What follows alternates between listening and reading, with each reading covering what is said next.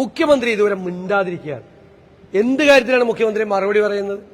അദ്ദേഹമല്ലേ ഇതിന് മറുപടി പറയേണ്ടത്? അദ്ദേഹത്തിനല്ലേ ആഭ്യന്തര വകുപ്പിന്റെ ചുമതലയുള്ള മുഖ്യമന്ത്രി ഇതിന് മറുപടി പറഞ്ഞില്ലെങ്കിൽ പിന്നെ ആരാണ് മറുപടി പറയേണ്ടത്?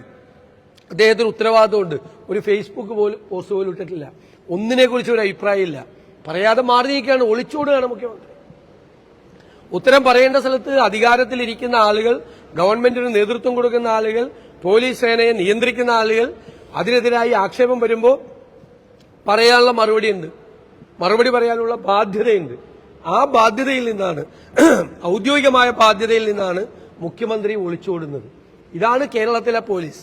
ജനങ്ങളെ ക്രൂരമായി തല്ലിക്കൊല്ലുന്ന പോലീസാണല്ലോ. ആ പോലീസ് വെച്ചുകൊണ്ട് മുമ്പോട്ട് പോയാൽ അതിശക്തമായ പ്രതിഷേധങ്ങളുണ്ടാവും.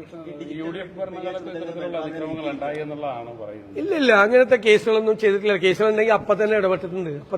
ഇതെന്താണ് നിങ്ങൾ മനസ്സിലാക്കേണ്ടത്? 2023 ഇങ്ങനെ ഒരു സംഭവം ഉണ്ടായിട്ട് അത് പൂഴ്ത്തിവെച്ചു. ACPയുടെ റിപ്പോർട്ട് ഉണ്ടായി, അത് പൂഴ്ത്തിവെച്ചു.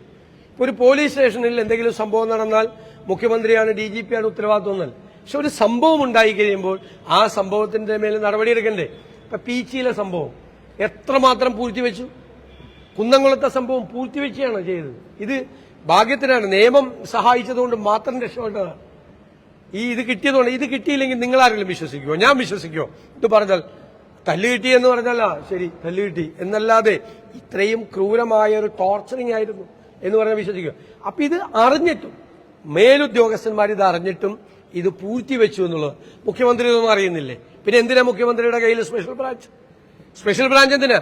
ഒരു പോലീസ് സ്റ്റേഷനിൽ അഹിതമായത് നടന്നാൽ മുഖ്യമന്ത്രിക്ക് സ്പെഷ്യൽ ബ്രാഞ്ച് അറിഞ്ഞില്ലേ?